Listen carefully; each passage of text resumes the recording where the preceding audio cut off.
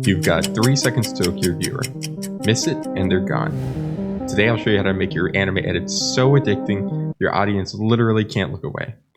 So join me, because whether you're editing for Instagram, TikTok, YouTube Shorts, or full-on AMVs, this tutorial will give you 5 battle-tested techniques to make your anime edits visually addictive. One of the largest mistakes I see new video editors make is either not using color grading or going super overboard on color grading, to the point where it looks oversaturated, over-sharpened, and just generally doesn't look that good. Today I'm going to be showing you how to make this color grade, which looks amazing for most areas. Obviously you have to tweak it a bit depending on the lighting, depending on how dark the area is, depending on how bright the area is. However, this one looked really well for most anime, and you can see this really has a huge effect, and it makes it more dramatic, more cinematic, and more professional. So I'm just going to remove this, and so I can show you how to make it. So you're just going to want your clip it here at the bottom, and you're just going to search up an adjustment clip here on the top left. You're just going to drag it over your entire clip.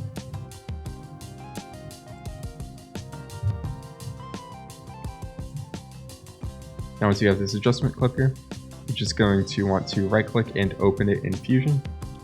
And once you're here in Fusion, you're going to see this media in and media out node. If you've never worked in Fusion before, don't be intimidated, it's pretty easy. So you're just going to click on the media and you're going to press shift and space, and you're going to type in color corrector, you're going to type in vignette, and it'll type in color curves, and you are going to type in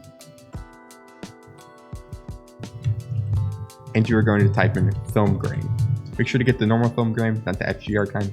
So first of all, we're just going to click on this color correct tab, and you're going to see this big wheel of colors. Looks pretty intimidating, but it's pretty easy.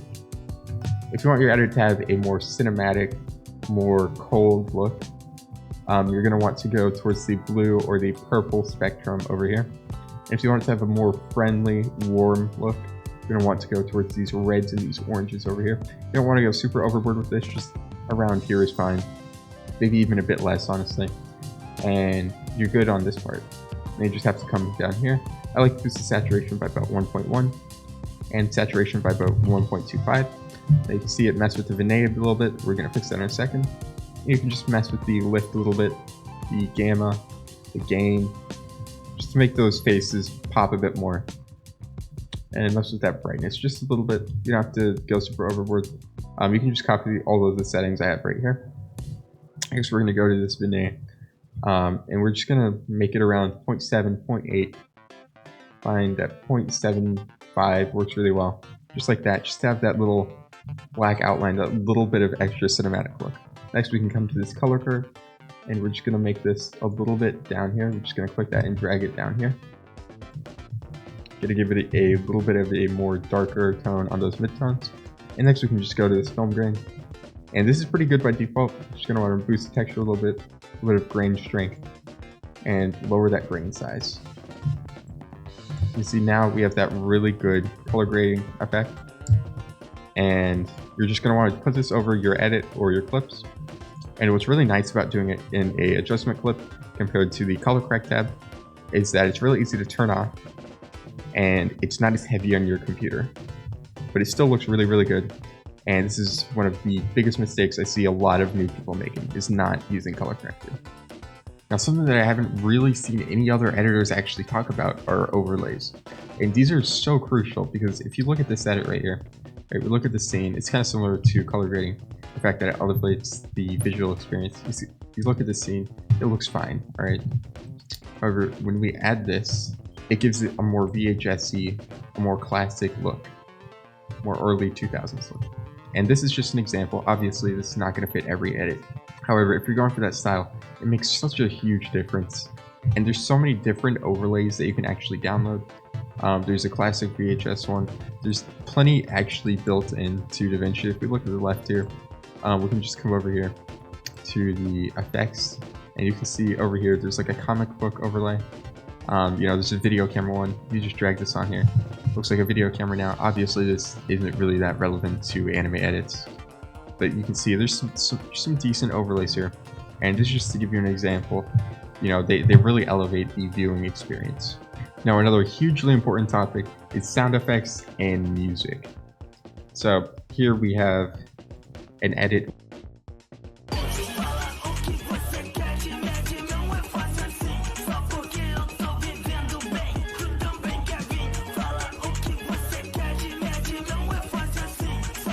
See, it looks okay, passable. However, it's not that engaging. It's honestly not that good. However, if we unmute the soundtrack, we add back the sound effect.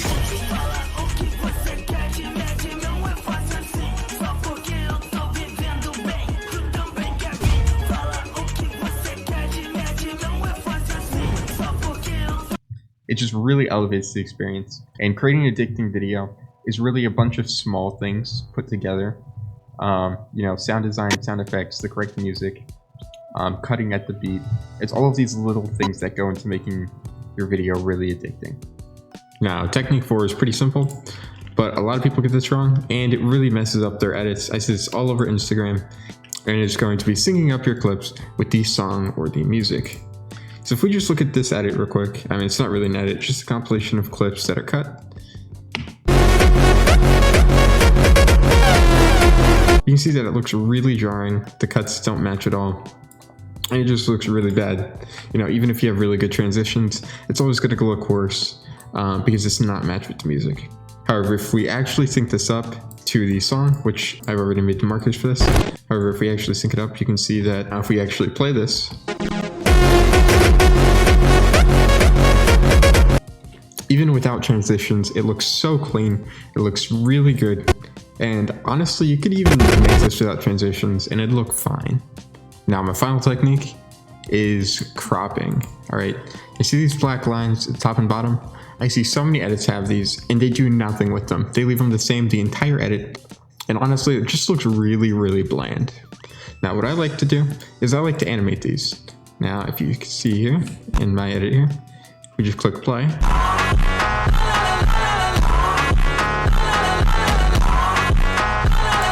And all we're doing here is we have a black background here. And you plug in a rectangle, you click invert, and you're gonna want to set the width and the height the way that you want it. And after you do that, you're just gonna keyframe the height the way you like it. And as you can see here, it looks really good. Now, obviously the playback isn't in full 60 frames per second, but even so, you can still see how these are keyframed out. And honestly, this just brings a whole new layer to your edit, and I find it's a great, simple way to add depth.